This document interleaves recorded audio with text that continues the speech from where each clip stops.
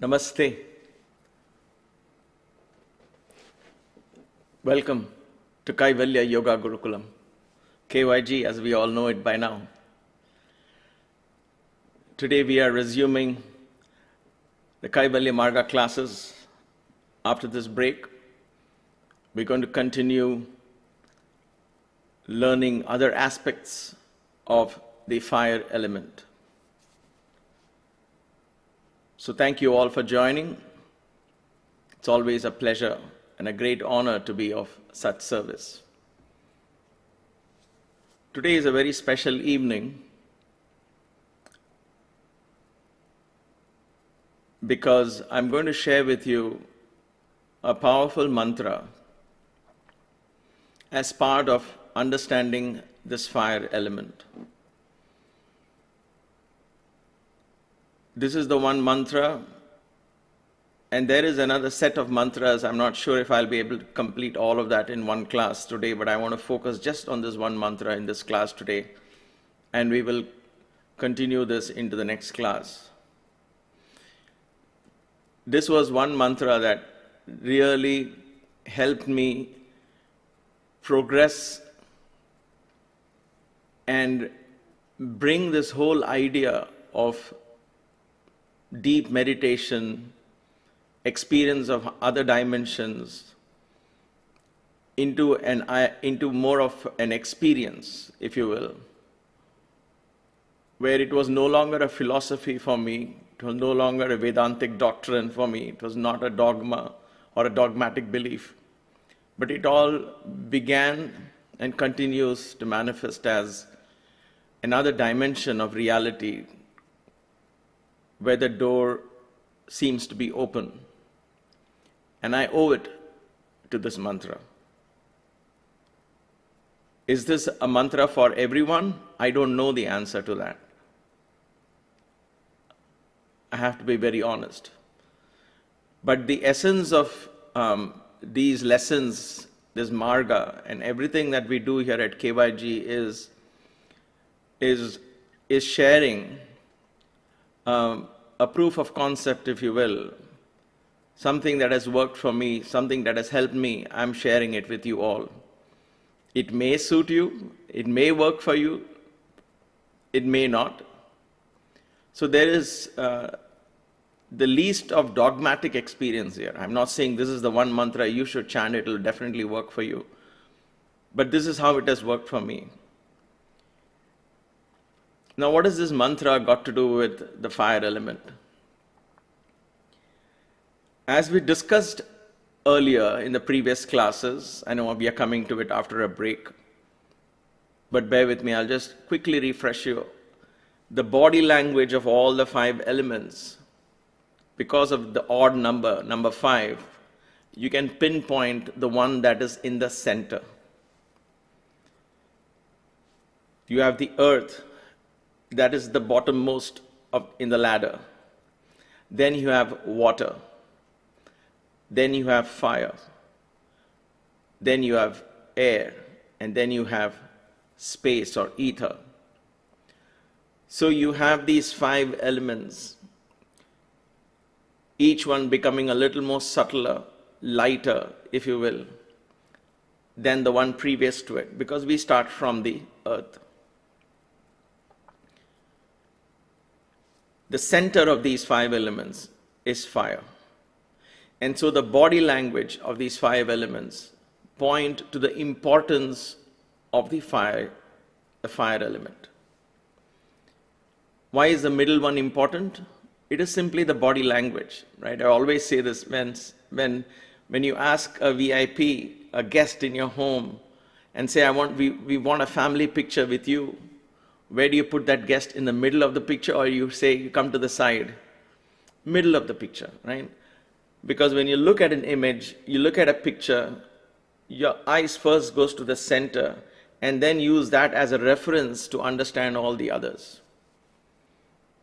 There are schools of thought that consider fire as the basis of all the other elements. So fire element is a very predominant, very powerful, very potent element in our existence, in our body. And it is no wonder that Krishna, in the Bhagavad Gita, again, we talked about it when we discussed food. What did he say? Where did he say he is? In the beings, I am in the belly of all beings, he said, right? The belly means the aham vaishvanaro bhutva praninam deham ashritaha. I am the digestive fire in all the elements. That is the importance that fire element has. For many years in my yoga practice, I had struck a plateau for many, many years. And it seemed to be going nowhere. I had this idea that somehow I need to progress, and I didn't know what progress meant.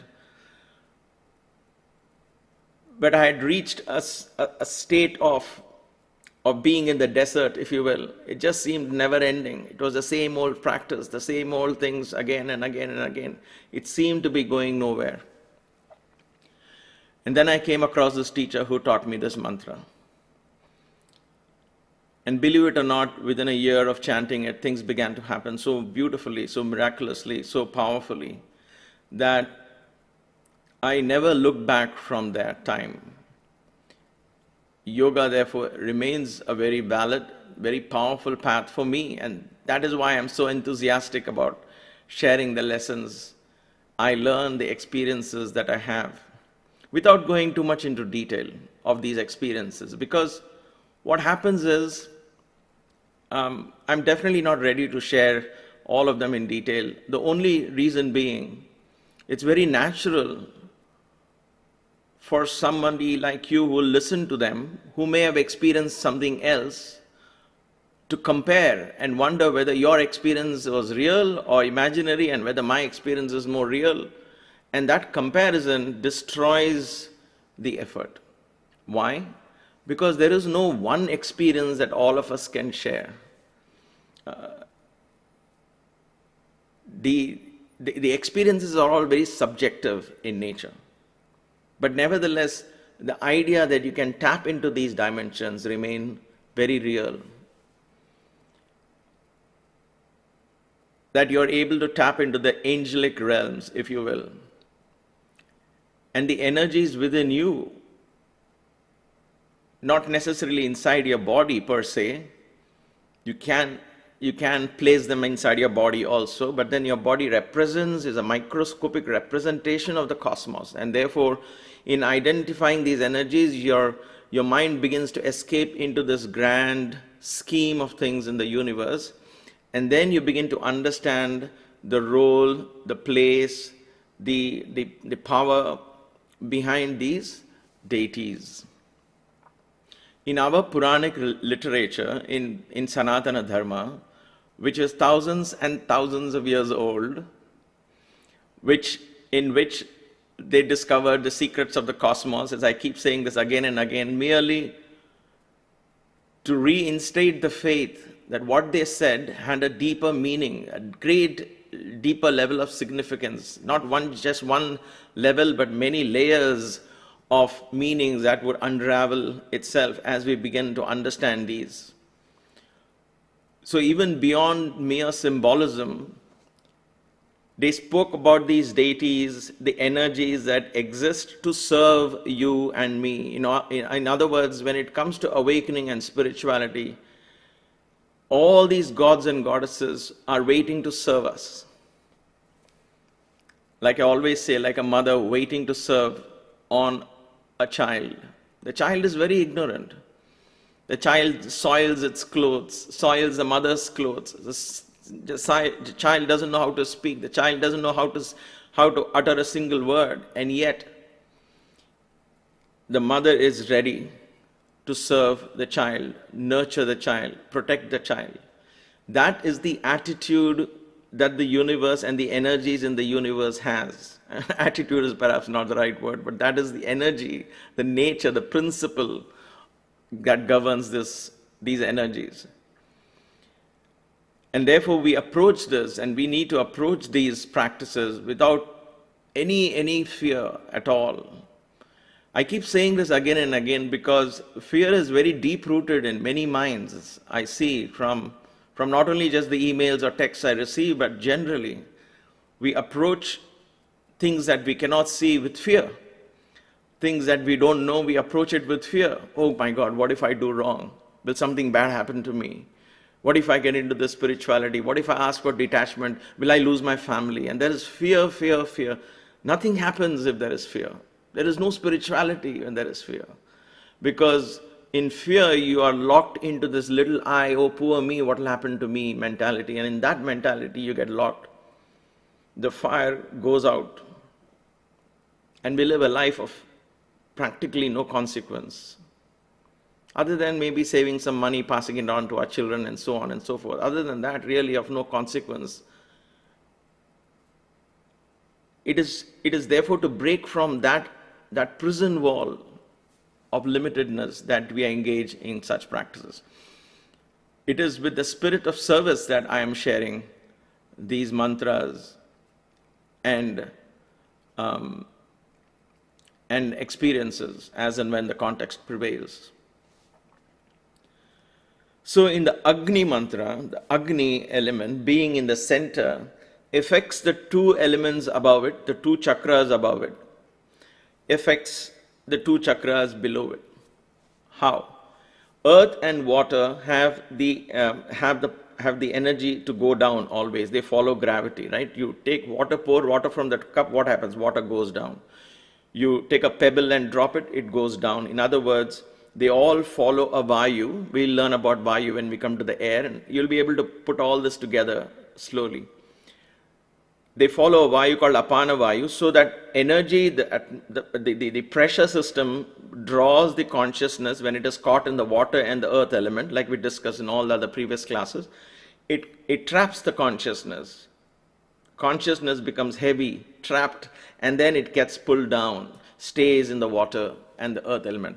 How does therefore one free it from that? What is the element that will reverse the direction and move consciousness upward, free it from gravitational pull, free it from what you and I call prakriti, what we call nature, what we call reality, the reality of the senses, the reality of physical matter, right? When I hug somebody, when I embrace somebody, when I touch somebody, that is an expression of real love we feel, because we rely so much on matter. But I could simply close my eyes and share 100-fold powerful love but that person may not even know it. That was what I learned from Baba. That is divine love. And so, how does consciousness go into that realm and begin to tune into that realm? There is one element that changes the course. That changes the course. Fire. Have you ever seen a lamp burn sideways? Well, when there is wind, yes, the flame just goes sideways. But then its nature is, assuming this is the flame and this is a candle, the breeze comes, the candle goes down, the flame goes down, and then it comes back up. The nature of fire is to go up. And therefore, this fire element in the belly is what pulls the earth and the water. That is why electricity is drawn from water. So we draw that energy from water and begin to move the consciousness upwards. All this is a real practice in yoga, because that is what we are looking for. We are not looking for philosophy. The philosophy we learn from the sutras, from the Yoga Sutras, from the Brahma Sutras, from sutras and Upanishads and so on. That is the philosophical background against which yoga is practiced. Yoga is practical. Abhyasa, practice. Sadhana, practice. So, this is not philosophy. This is how do I now experience that Brahman? How do I experience the heightened consciousness? What does that really mean to me?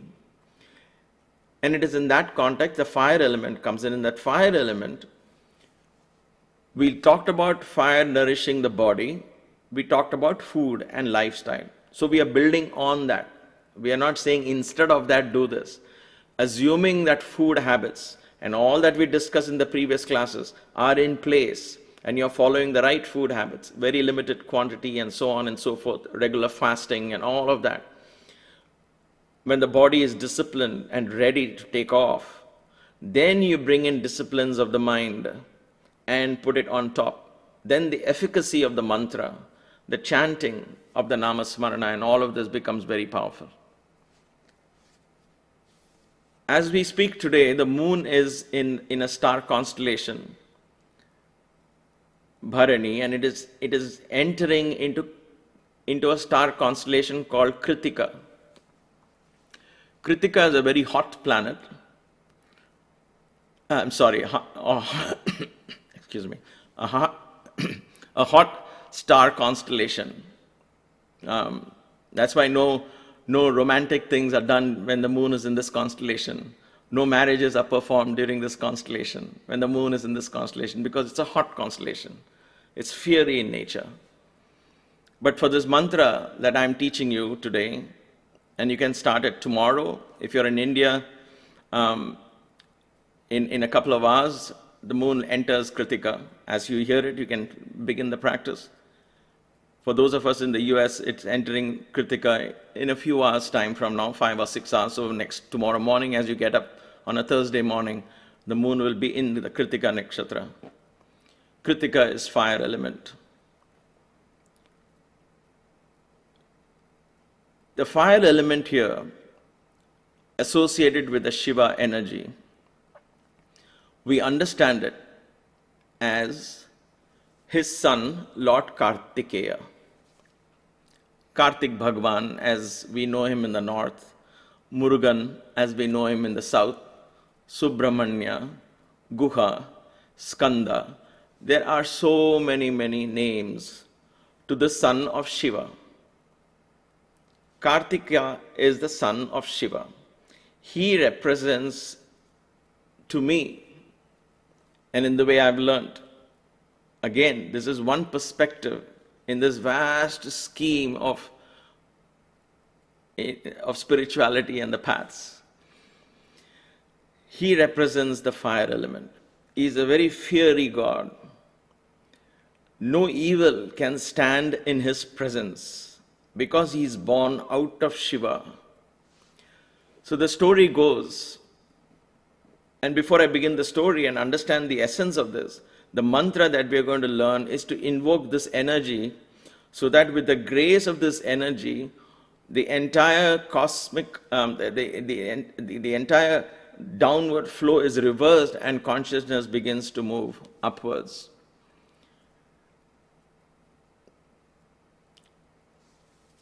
The story goes that Shiva and Parvati had the son, but it was not a normal delivery or normal pregnancy of impregnation, if you will, in the story. Shiva creates the son out of his third eye. Parvati is asleep at that time.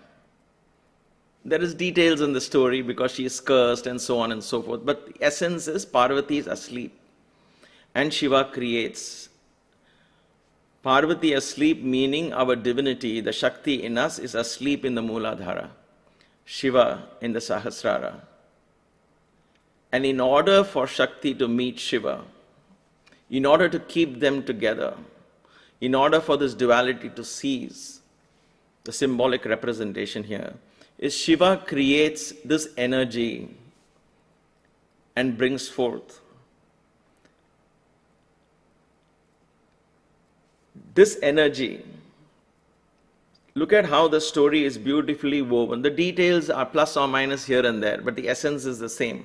Because Skanda Purana says something, and there are other Puranas that talk about slightly differently, and so on. But the essence of the story remains the same. When Shiva creates this, it is so hot, he tells Agni, he tells the fire god, you hold this child, you hold this ball, this potent energy, if you will, till the child is born, and you place it, keep it safe. When fire, the god of fire holds it, he cannot hold it. It is too hot for him. And therefore, in order to go to a safe place, he asks the wind god, you help me, blow it, and so I can go faster with this and go to a place of safety. So the wind and the fire god together carry this. But they're not able to carry it very far. And therefore they see Mother Ganges, the river, now water element comes in. So you see there is wind element. So where did Shiva create him? Shiva creates him in ether, in space, and then hands it over to the fire. Wind supports the fire element and looks for a safe place. But they can't hold this fiery energy, the seed in which Lord Kartikeya is, the son of Shiva is, right? And therefore they see Ganges river. And they pray to Mother Ganges, say, you hold this is too hot, maybe you can cool the baby down. And so they leave it in the water.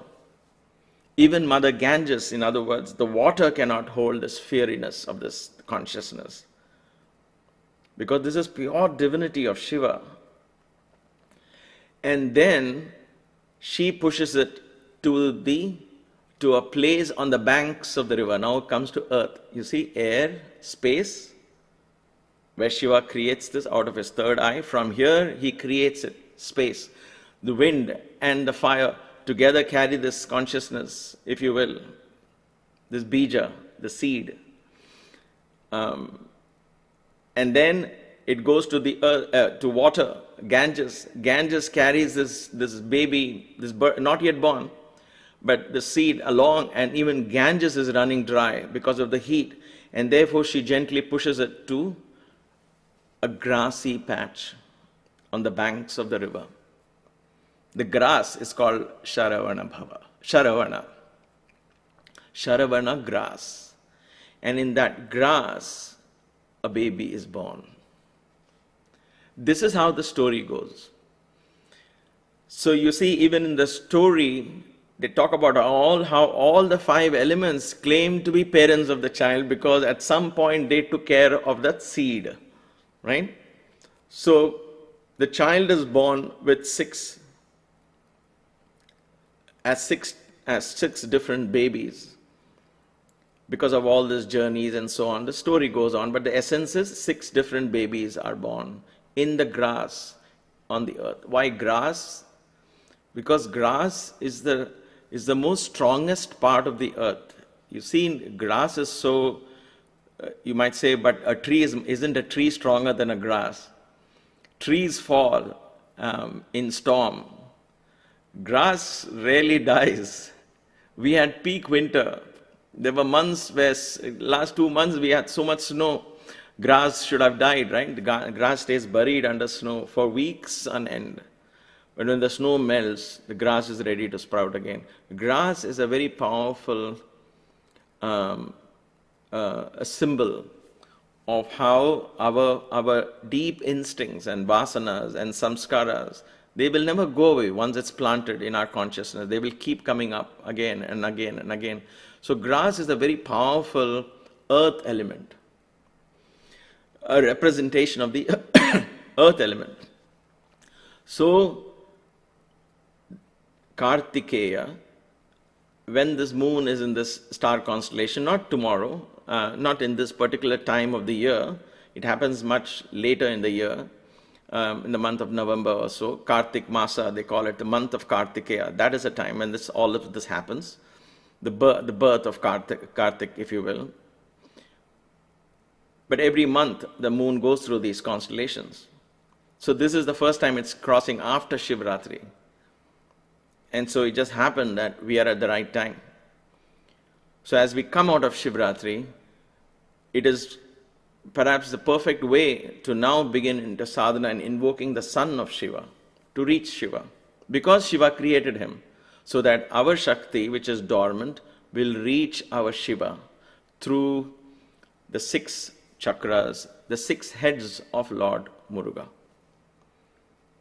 Parvati then embraces these 6 children, and when she embraces, they all become one. In other words, that is the connection between the Mooladhara, the Kundalini, Devi sleeping in the Mooladhara, dormant, and then she entering the Sushumna Nadi and meeting Shiva, and all of this becomes one. Everything turns into one. All the 6 chakras then merge into one. So the deity Kartik, the deity Subramanya, Guha, Skanda, Murugan, as we know him, is not just simply a symbolic story, but an energy that the rishis, yogis, and seers were able to tap into,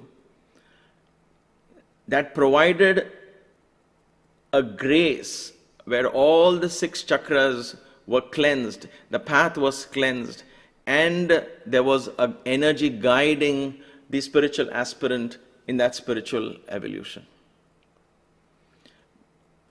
I don't know about you, but there were times I felt and I needed a hand to hold me in this path. You might say, but Baba was there. Of course Baba was there. None of this would have happened without his grace. But he was not there to tell me these details. He didn't have time. He's come for the world. He had come to arouse masses. He set me on a path. He said, now you discover. Go ahead. Keep going. And so, in other than just showing me here and there and pointing me in that general direction, there was a lot of homework we all had to do in our own different paths. Whether it was bhajan singing, he said, come on, sing, push. And boys began to sing. If that was their path, they discovered more and more power of namasmarana through bhajans and so on. So did Veda chanting, and all of this went on. So for me, it was this path of yoga. And therefore, I felt I needed, when it came to the aspect of Kundalini, it came to the aspect of awakening of divinity within, I definitely needed a hand. And when I chanted this mantra, I felt the energy guiding me so gracefully, so beautifully, every step of the way. I've never looked back since. It is not different from Sai or Shiva or any of them. In ultimate essence, they're all part of the one energy. But the functions, the same father is a father at home, is a boss, a stern boss. In his office, he comes down and he comes home and he becomes a puppy for his 2-year-old and barks and yelps playfully. It's the same man, the same person, but then they function differently. So one has to understand this from that point of view. And therefore, allow me to present this mantra to you today. It is called the 15-lettered mantra. Pancha means 5, Dasha 10. 10 and 5 is 15. Pancha-Dashakshari, Akshari means aksharas, 15 letters. Pancha-Dashakshari mantra. Subrahmanya, Pancha-Dashakshari mantra. Subrahmanya. Subramanya is, Su, as I said, is divine, loved by, worshipped by, adored by whom? Subrahmanya, Brahmanyas. All you and me, all of us who are interested in spirituality, we become brahmanas. Interested in Brahman, we become brahmanas. Anyone in the spiritual path is a brahmana. So we who adore him, he is the one who is adored by all of us who are into the spiritual path. Because in the spiritual path, we want to get away from things which are binding us. In the story of Murugan, and one has to understand this, otherwise you will not understand the energy of the mantra and the God and the deity behind it. You might say, oh, this Sunder Iyer is from South India, so he's talking about some South Indian God. There's no South Indian God and North Indian God and East Indian God and West Indian God, right? That's unfortunately religion has made that, so we'll leave that aside. The point here is that there is an energy that our yogis and seers are tapped into, siddhas tapped into, they're given us the way, the means. So it is up to us to try it. And if the yearning is right and if the grace is in place, it might work. It certainly worked for me. So Murugan, in the story of Muruga, he was born and he puts an end to a demon called Tarakasura. Tarakasura. What is the meaning of Tarakasura? Who is this demon, Tarakasura? Taraka means what? Taraka Mantra we say. Taraka Mantra, Taraka means one who gives liberation. Such a divine name. How can that be associated with a demon? Asura. Taraka, Asura. How does that become an Asura? That Asura claimed that he knows the paths to liberation. In other words, our senses claim this is liberation. Eating an ice cream, nothing like eating an ice cream. Sleeping 10 hours, oh my gosh, there's no joy that can compare to sleeping late in the morning, getting up slow. And so Tarakasura is in you and in me. He's making us believe that this is liberation. Freedom in senses, indulgence in senses, without any control. That is liberation. That is Tarakasura. A false sense of liberation, a false sense of freedom. We break a few rules and say, I'm free. I don't want to be bound by religion or dogma. I'm going to be free. What do? I just indulge more in senses, sensual undertakings, if you will. I'm not talking of good or bad. I'm just saying that then what happens is then I limit my idea of liberation to how much my senses can provide me. What is the limit of my freedom then? It is the limit of my senses. It's limited. My senses are limited. 1 laddu, very tasty. 2 laddus, very tasty. The 3rd laddu, 4th laddu, 5th laddu, I'm going to throw up. Shouldn't it give more and more joy? No. It has a satiation point, a point where it reaches its peak very quickly, and then it's downhill all the way. But we keep going back there again and again and again and again. It's like hitting our head into the brick wall. Because we believe in Tarakasura, we somehow believe that that is liberation, there is joy there, that is freedom there. We say, I don't want to do all the sadhana, I just want to be free. Tarakasura is awake. So Murugan puts an end to Tarakasura. He does not kill him. He transforms that energy.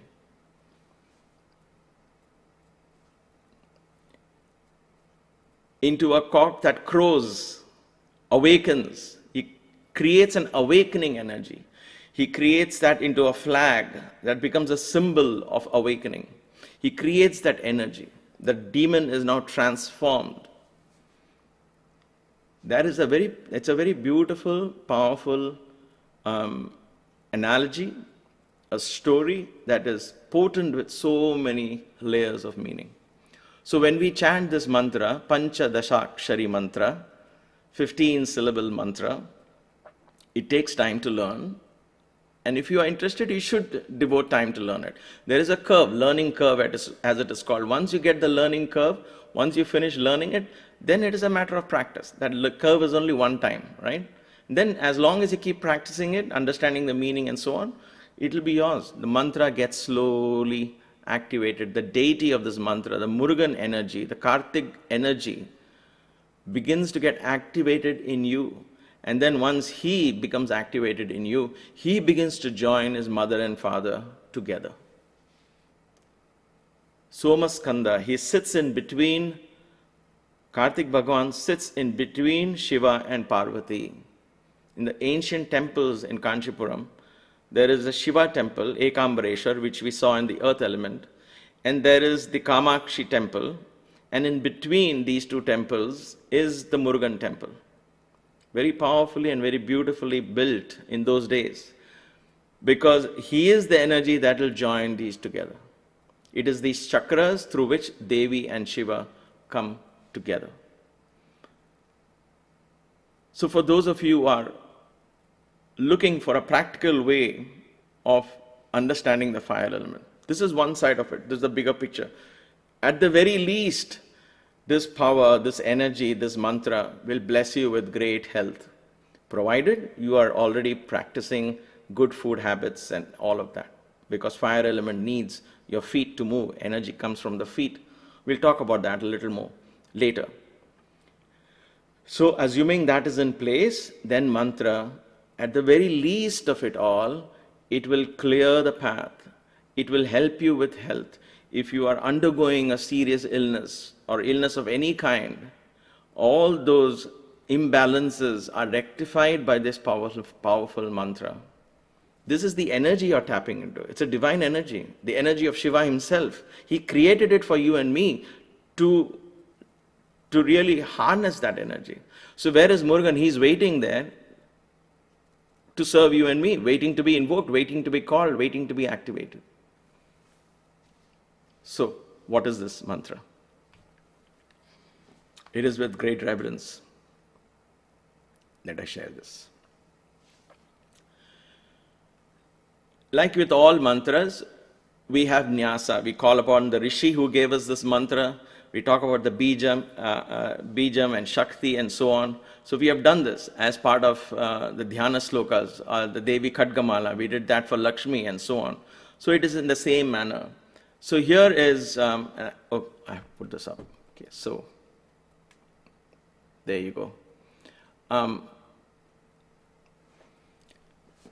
What you see there is you're announcing the name of the mantra. What is it called? Pancha-Dashakshari. In English, if you see, it is called Pancha. Pancha-Dashakshari. Asya. So this is how it goes. Let me say it once. Asya Shri Subramanya Pancha-Dashakshari Maha mantrasya.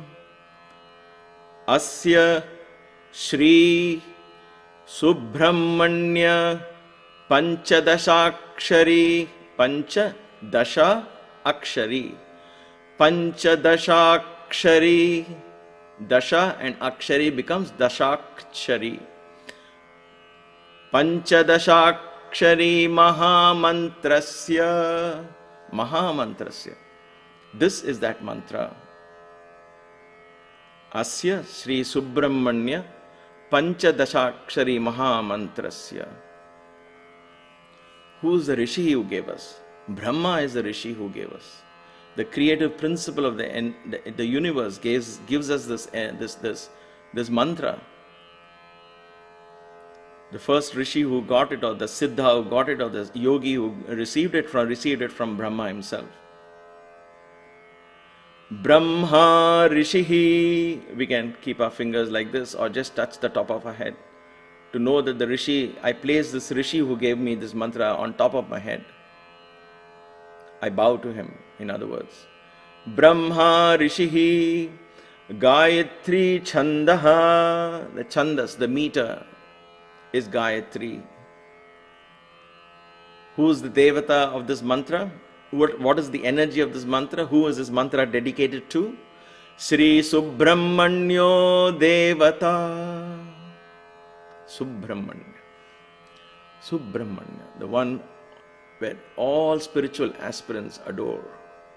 Subrahmanya, all devas adore. He is the commander-in-chief of Shiva's army. He is known as the Kshetrapalaka. See, in Vedic astrology, there is the planet Mars. Mars is for physical health, vitality, vigor, strength, all of that. The Pratyadi Devata of Mars is Kshetrapalaka, which is Murugan. That is why Murugan is associated with the Mars energy. So, Murugan, Kartik Bhagavan, Subramanya. Okay? So, Murugan is the Mars. In other words, he is that powerful being that no evil can stand in that presence. No disease can stand in that presence. Mars is for cleansing the blood and cleansing the body, bringing health and vitality. So that is the devata we call upon. Shri Subrahmaṇyo devatā. How is it going so far? First the mantra's name. Asya, now, Shri Subrahmanya Pancha-Dashakshari Maha mantrasya. Subrahmanya Pancha-Dashakshari. The 15-lettered mantra of Subramanya. Brahmā ṛṣiḥ, gāyatrī, chandaḥ. Chandaḥ is the how do I breathe as I chant this. Shri Subrahmaṇyo devatā. I hold this devatā, this deity, close to my heart. Then comes the bījaṃ. What is the potent energy, the seed energy of this mantra? What is the bījaṃ here? So you touch the right side of your stomach or your chest, the right side of the body basically, that's the bījaṃ. In other words, the Shiva energy, the one that is lying potent. Om, śrīṃ, hrīṃ, klīṃ. There are 4 bija mantras here. Om, śrīṃ, hrīṃ, klīṃ. Out of the 15. So you got 4 here already. Om, śrīṃ, hrīṃ, klīṃ, iti bījaṃ. I put my hand just below my ribs. So my hands are like this, fingers are like this. I just put them slightly below my ribs as I touch this. Om Shriṃ Hrīṃ Klīṃ Iti bījaṃ. You can repeat if you wish to, if you know. Om Shriṃ Hrīṃ Klīṃ Iti bījaṃ. Then you take the hand to the left side. What is the shakti of this mantra? What is the energy that is released from this mantra? Sharavana bhava iti śaktiḥ. Sharavana bhava. Sharavana bhava. 6 letters. 6 letters represents all the 6 chakras. The shakti that is released here purifies, cleanses, opens very beautifully according to how you can handle. None of this will happen where you create discomfort and all those fears people have. When you read things on the stories on the internet and so on, don't get confused or put away. That's for people who have been misguided or didn't know this beauty of this. This is given to us by Siddhas so that we don't enter into any of those kind of experiences. That I can't even relate to that because of this, right? So what is that? What is the Shakti therefore? Sharavana Bhava, 6 letters. It's also a name of Murugan. So on the left side you say Sharavana Bhava iti śaktiḥ. And then in the center of the stomach, you keep your fingers. Here is the lock that unlocks the Shakti. Nurtures the bījaṃ and the Shakti come together and gets unlocked through this energy. Unlocking, kīlakam. Aim, Eem, Nam, Lam, sauḥ, iti kīlakam. Understand kīlakam as lock. That one which unlocks this potent Shakti and releases it to the 6 chakras. What is that Shakti? Sharavana Bhava Shakti, which is lying in the form of a bija. I'm Om Shriṃ Hrīṃ Klīṃ. That's a beauty. All of this, once you understand this, meditate upon it, and then once you start chanting, you will know the energy, the bījaṃ mantra, the Shakti mantra, and the kīlakam that begins to open. So kīlakam is Aim, Eem, Nam, Lam, Sauḥ, Iti kīlakam. Let's chant these 3 together. You can repeat after me if you wish to, or simply listen and enjoy it from now. Right side. Om Shriṃ Hrīṃ Klīṃ Iti bījaṃ. Left side. Sharavana Bhava Iti śaktiḥ. Center. Aim, Eem, Nam, Lam, Sauḥ, Iti kīlakam. What is the purpose of this mantra? Why am I chanting this? I have written the purpose as Subrahmanya Sakshatkara Prasada Siddhyarte. For me, I don't need anything else. You come to me fully, reveal yourself in your full glory to me. That is all I seek. So, Shri Subrahmanya Sakshatkara Prasada Siddhyarte Jape Viniyogaha. Why am I doing this japa? I want this deity to reveal himself to me. Because in that revelation, I'll understand the secret of the universe. Because this energy is none other than Shiva's own energy. Shri Subrahmanya Sakshatkara. You can repeat if you wish to. Shri Subrahmanya Sakshatkara Prasada Siddhyarte Jape Viniyogaha. This is why I am chanting. Then comes Dhyanam. Now Dhyanam, there are many slokas. I wanted to make it very simple. So I bring in the Gayatri Mantra of Lord Kartikeya. Just like you have Rudra Gayatri, you also have Shanmukha Gayatri. Shanmukha is Shat Mukha, 6-faced one. 6 energies of the chakras, 6 chakras. Shanmukha. Shat becomes Shan when it's joined together. Shanmukha. Okay? Shanmukha Gayatri. How is this Gayatri mantra chanted? You can use only this Gayatri for meditation for a while, till you learn this whole thing. Listen to the Gayatri mantra. Om Tat Purushaya Vidmahe Maha Senaya Dhimahi Tanno Shanmukha Prachodayat. Just like Rudra.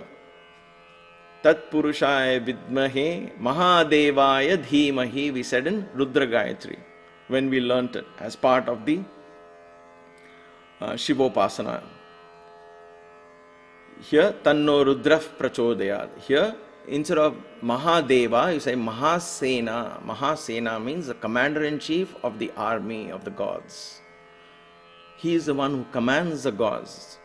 All the gods, all the deities, all the energies that you and I know of are under his command. Om Tat Purushaya Vidmahe. Let's repeat. Om Tat Purushaya Vidmahe. Again. Om Tat Purushaya Vidmahe Maha Senaya Dhimahi. I meditate upon this. Leader of all armies. Sena. Senapati. Commander-in-chief. Maha Senaya Dhimahi. Let's chant it together. Maha Senaya Dhimahi महासेनाय धीमहि तन्नो षण्मुखः प्रचोदयात्. षण्मुखः prachodayat becomes षण्मुखः prachodayat.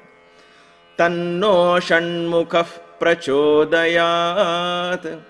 May the six-faced God reveal himself to me. Illumine my mind. That is the beauty here. Tanno षण्मुखः prachodayat. Let's repeat twice. Tanno षण्मुखः prachodayat. Tanno षण्मुखः prachodayat. Listen to the whole Gayatri once, then we'll repeat it twice. Om Tat Purushaya Vidmahe Mahasenaya Dhimahi Tanno षण्मुखः prachodayat. Let's repeat it together twice. Om Tat Purushaya Vidmahe Mahasenaya Dhimahi Tanno षण्मुखः prachodayat.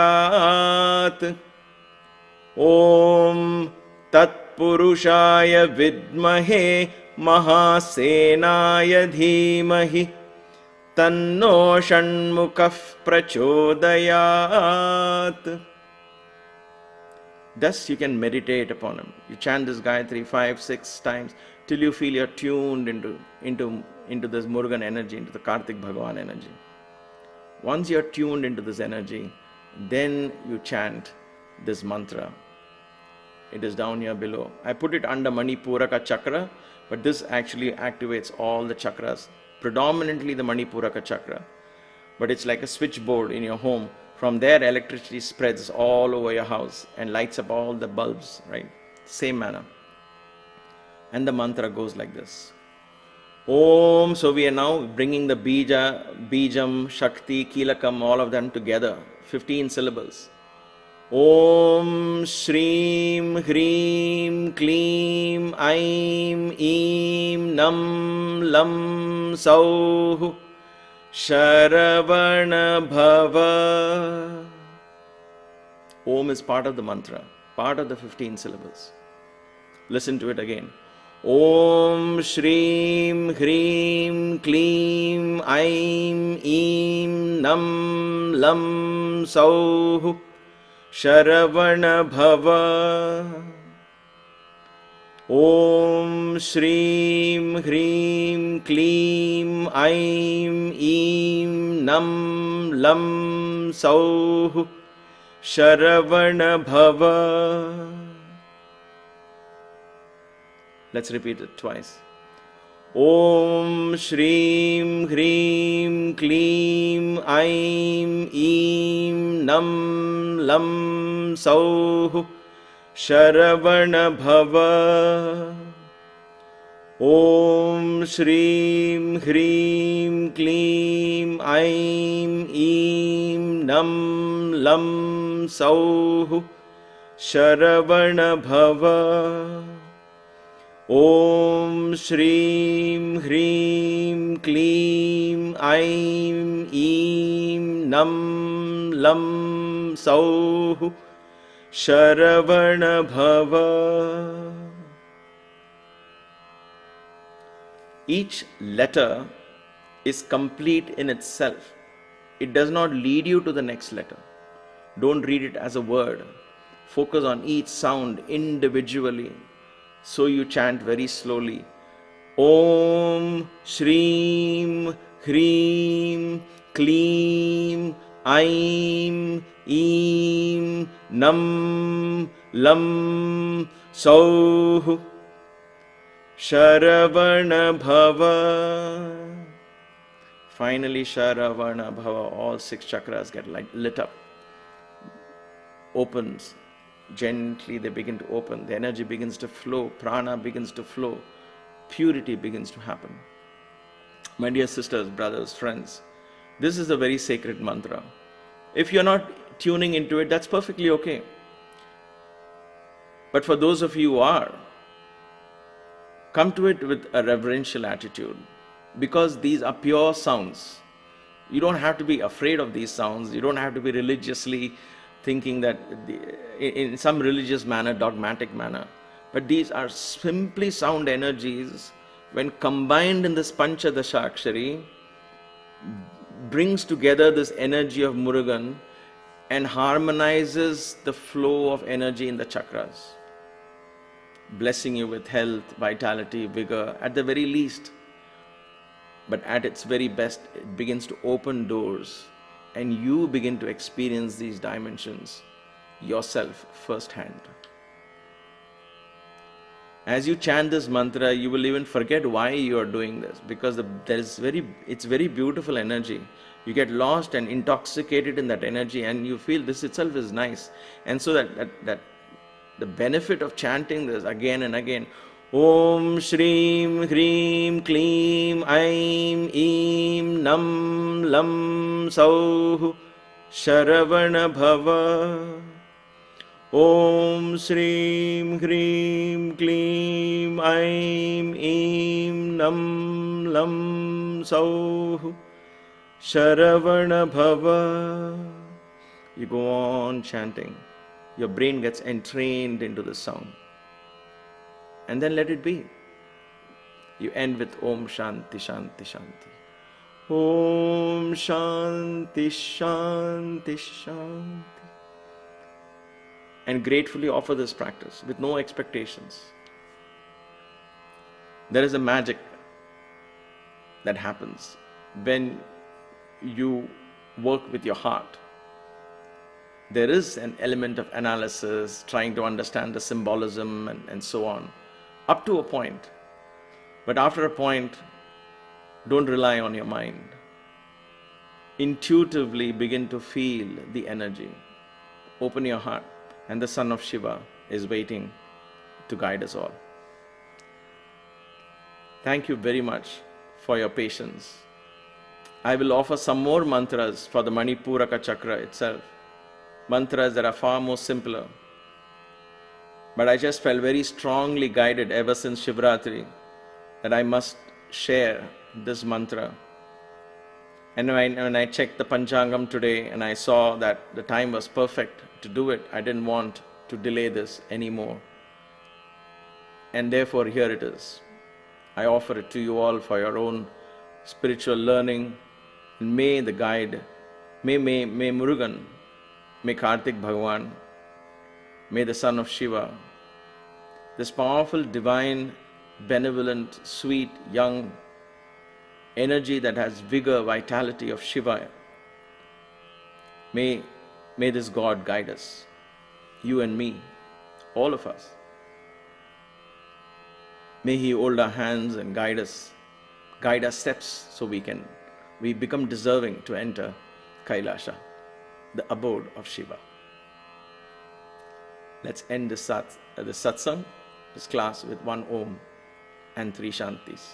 I hope you found this useful.